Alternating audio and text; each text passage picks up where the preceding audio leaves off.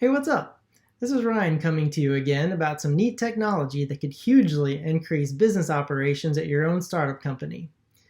Do you have internal printers, file systems, private applications, or anything like that you wish you or your employees could access remotely, yet securely, from home? Well, you've come to the right place. This video will show you how to get an open source VPN installed on hardware that you can purchase for less than $100. It's an optimal solution for startup companies like ours that have around 15 or fewer people needing to access internal systems remotely. Let me start by showing you our setup. This is our server room. While most of our systems are hosted in AWS, you can see we have a handful of Raspberry Pis for various purposes. The ones on the left are our Kubernetes cluster used for demos and training if we ever lose internet connectivity. Subscribe to our channel if you want to see a video on the setup of that. Today's video, though, is going to cover the smaller, simpler Raspberry Pi that acts as a VPN server, allowing our employees to work from home while maintaining connectivity to our office network. To start off, let's begin by plugging the micro SD card into our computer to format it with a fresh Pi operating system.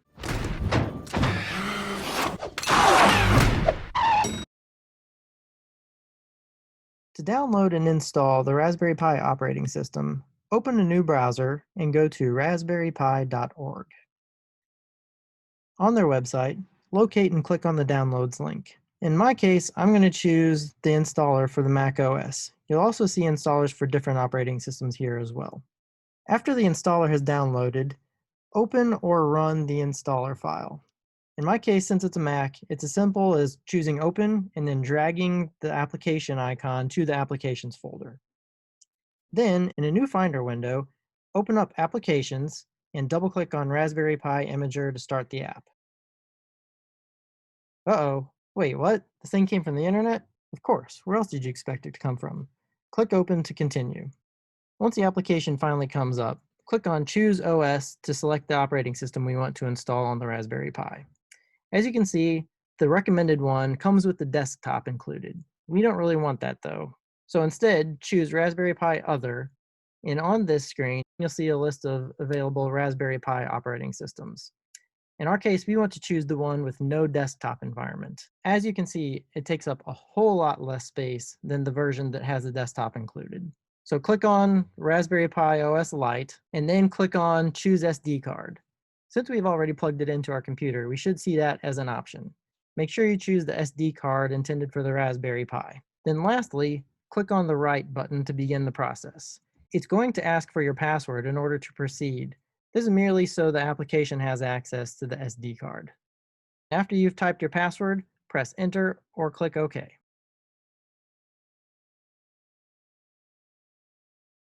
Once the installation is complete, you may remove the SD card from the USB device. The last thing you need to do is insert the SD card back into your Raspberry Pi to continue with the setup process. When you first turn the Raspberry Pi on, you're going to see a couple of Raspberry logos at the top of the screen, followed by a lot of text scrolling through that's just loading up different systems and services. After that text is finished scrolling by, you'll be presented with a logon prompt. And for now, we're just going to use the default username and password. Username is Pi. The password is Raspberry, Raspberry. Once you've logged in, we're going to set up SSH so we can connect to the Raspberry Pi remotely. To get SSH enabled, we type sudo raspi-config. In the configuration, SSH is kind of in a weird spot. I would expect it to be under network options, but it's actually in here under interfacing options. So we choose this, and as you can see, SSH is the second option on this screen. So we're going to load this up, and it says, do you want SSH to be enabled? Obviously we're going to say yes, but one other thing we want to pay attention to is this caution. It does mention that the default password is a security risk, so that's something we'll have to change after we get the SSH turned on. So for now, we just push Enter to say yes to enable SSH. Now that it's enabled, push Enter to go back, and it's going to take us to the main screen. And right here, press Enter to change the user password. And press Enter again to enter a new password. So it's asking us what we want it to be. Obviously, we're going with the word password.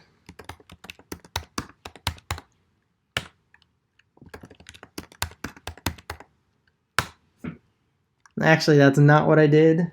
But make sure you pick something that's secure for your needs. Push OK to accept these changes, and we're back to this screen. So to get out, we push the right arrow. That'll move us to our select and finish options, and we're just going to say finish because we're done. And now that we've turned SSH on, we can shut down the Raspberry Pi, put it in its permanent home, and then we can connect to it from our normal computer to do the rest of the configuration. So to shut down the system, we need to type sudo shutdown now. Using the static or reserved IP address for the Raspberry Pi, we are now going to SSH into the system to get the PiVPN service installed. To do so, from a terminal window on your computer, we're going to type SSH pi, which is the username, at the static or reserved IP address that you have for your system. In my case, it's 192.168.0.18, and that I've got set up as a reserved IP address on my router. Then it's going to ask for the password, and this is what we set up when we were on the Raspberry Pi config screen.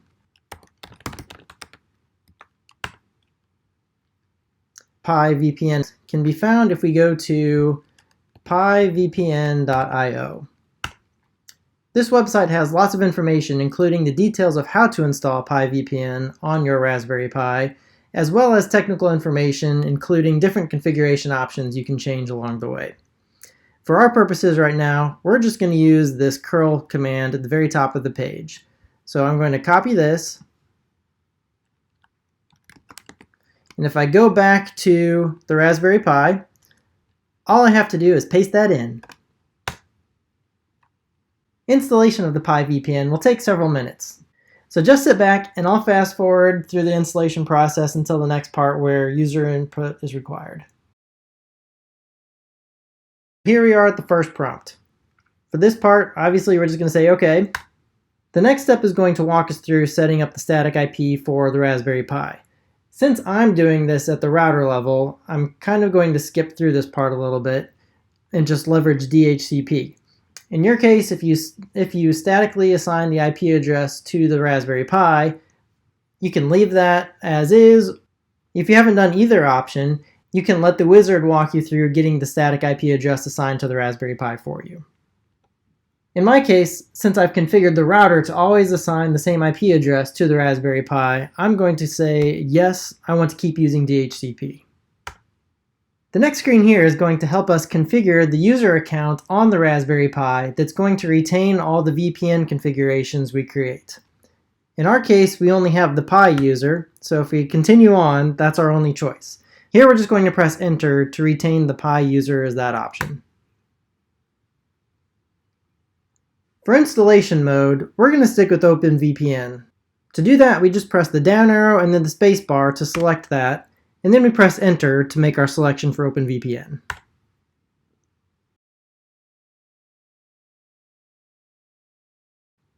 Then for the protocol selection, we're going to keep this on UDP. It generally provides for a faster, more pleasant VPN experience for your end users. To do this, we just press enter to continue. For the OpenVPN port, we're going to leave this set to the default as well, 1194. Just press enter. Yes, I want to keep this. It's what I just said. The DNS provider is what will be used when your end users connect to your VPN. If you have complex DNS for your internal domain, you probably already know what you need to set here, and you're going to end up picking the custom option. For most cases, though, you're probably going to pick one of these options in the list. In my case, I'm going to go with Google. So I'm just going to scroll down using the arrow buttons, and when I find Google, I'll press the space bar to make that choice, and then press enter to make the final selection. And again, for a custom search domain, this kind of relates to the DNS option on the previous screen, and since I don't have an internal DNS setup, I'm going to stick with the default option of no and just proceed. If again you have some complex internal DNS setup, you probably do want to say yes, and then you probably also already know how to set those options. It's usually nicer and easier and more user-friendly to have a DNS entry take you directly to your VPN. So for our case, we're going to choose DNS entry by using the down arrow, pressing the space bar, and then pressing enter to make the selection. That takes us to the entry screen here where we type in our domain name that points to our VPN server.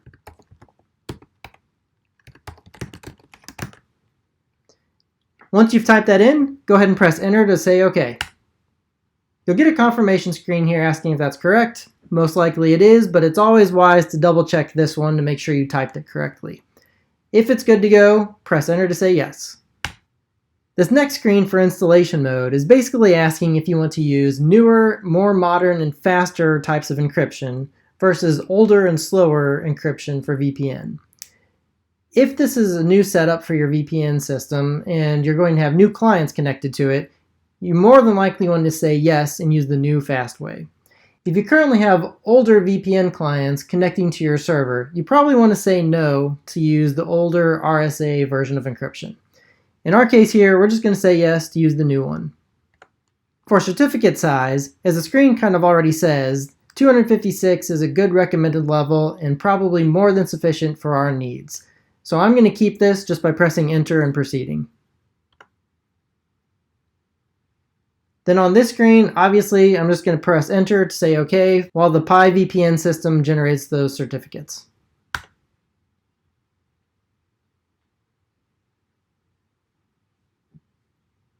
Lastly, since this VPN server is going to be constantly running, it is nice to have it do frequent security updates by itself. So for this, I'm going to say, yes, I do want that installed. I'm going to continue by pressing enter. And here where it asks if I really want to, obviously I'm saying yes.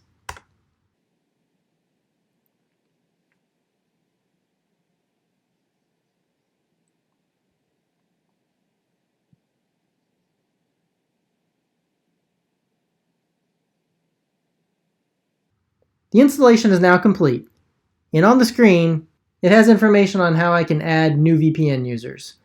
So keeping those commands in mind, I press enter to complete the installation. And lastly, it suggests a reboot, which is a really good idea. So I'm going to press left to choose yes, and then press enter to initiate the reboot. Doing so is going to kick me off of the PiVPN server, and that's okay.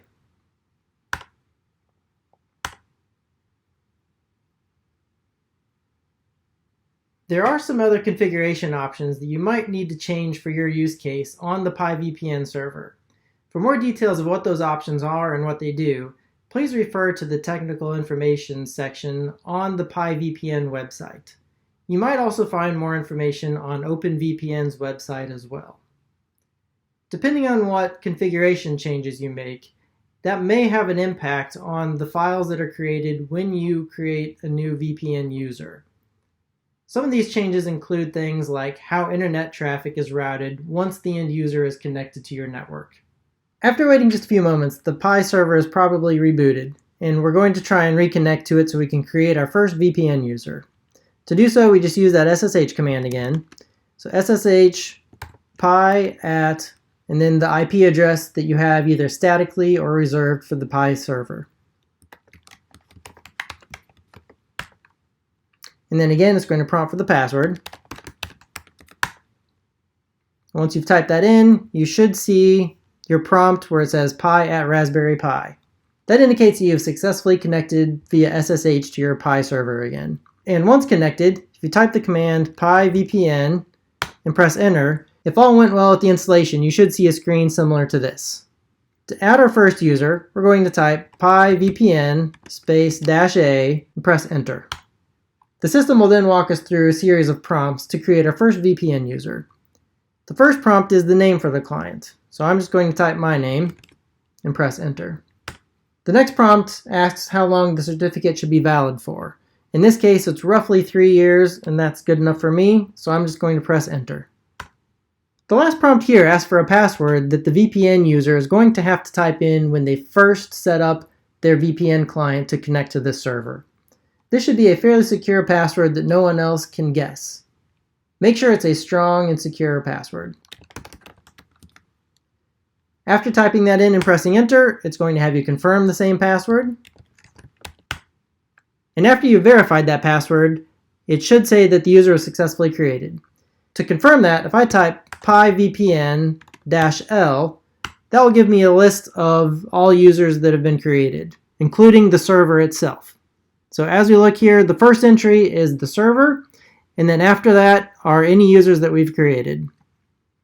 Additionally, from the output above when it created the user, you will note that it has the directory where it saved the configuration file to.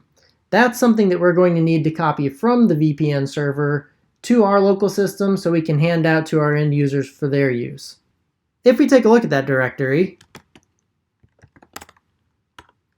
we'll see that there's one file in there right now, and this is the configuration file for the user that we just set up. This is what we'll need to copy to our system. So I'm going to do that in a different tab. I already have another terminal window open, and we're going to use a command called SCP. It's for Secure Copy over SSH. Similar to the SSH command, we'll type SCP, the username, at the IP address of the PiVPN server. In my case, it's 192.168.0.18. And then we're going to do a colon followed by the path of where the file is located. In our case, it's in home/pi/ovpns/ryan.ovpn. And since this is a copy command, the next parameter is the destination file. So I'm just going to copy it to my local directory here by typing space, period. When I push enter, it's going to ask me for the password for the Pi user, just like when we try to connect over SSH. And after I type that in, it should show the status of the copy. And if I look at the current directory to see this file, there it is. It's now copied to my local system and I can use it to connect to our VPN server. In order to connect, we first need to install some client software. This is the same as your end users installing software on their remote workstations so they can connect to your network through the VPN server. Since I'm using a Mac, a common client for this is called TunnelBlick. So if I search for that, it should be the first thing that pops up. I'm going to go straight to downloads and I'm going to select the stable option. So if I click on this, it should initiate the download. Once downloaded, all I have to do is open this file and then double click to begin installation. Normally, you'd probably want to follow the instructions further down on their website for verifying downloads. This just ensures that what you downloaded is safe for you to install. We can do that by running the SHA-SUM command.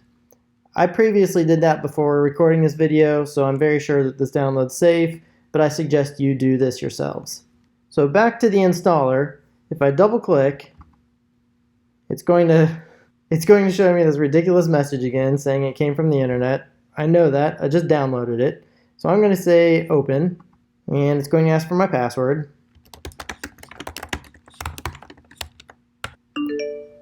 And that should begin installation. Once the installation is complete, you should see the icon for TunnelBlick up in your system bar. The easiest way to configure our VPN client, however, is by opening up our Finder window and locating the file that we downloaded from the VPN server earlier. In my case, it's ryan.ovpn. I can take this file and just drag it up to the top and drop it on the TunnelBlick icon. Doing so is going to ask how I want to get this installed. In my case, I only want this available to me because VPN is a secure thing and I don't want all users being able to connect to my network as me. So in this case, I'm going to choose the default option, only me. Here it's going to ask for my password. This is the password to my local system. This is not the password that we set up and secured the OVPN file with.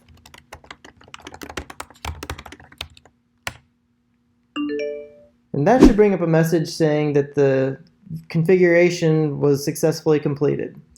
And if that's true, if we click on this, I have an option now for Connect Ryan. Before I connect though, I want to switch over to this other window real fast and demonstrate how this connectivity makes a difference. What we're looking at here is a query that runs against a database located in my office network. But right now I'm actually recording this video from my house. So if I try to run this query, it'll sit here for a while and it's eventually going to time out because there's no connectivity. In some cases, depending on your network connection, you might actually see a connection failure message pop up almost immediately. And this is pretty much what we would expect. We don't want people outside of our main office network connecting to our internal systems. But that's kind of exactly what VPN provides you though. Any users who are properly authenticated and that you trust to be connected to your office, they can connect via the VPN and then should be able to do any normal office activities from their remote location. So after having seen this fail, if I now go up here and try to connect, we're going to get a prompt just this first time, and this is because I haven't saved this password in the keychain and we just set up this user configuration. This password it's asking for, or more specifically passphrase, this is what we set up when we first created the user on the PiVPN using that PiVPN command. So with that password, I'm going to save in the keychain so I won't have to remember it again, and then I'm going to click OK. It should start connecting automatically, but if it doesn't, you can always click on the tunnelblick icon up top and then choose Connect and then your username. As it's connecting, you'll see a status indicator in the top right corner.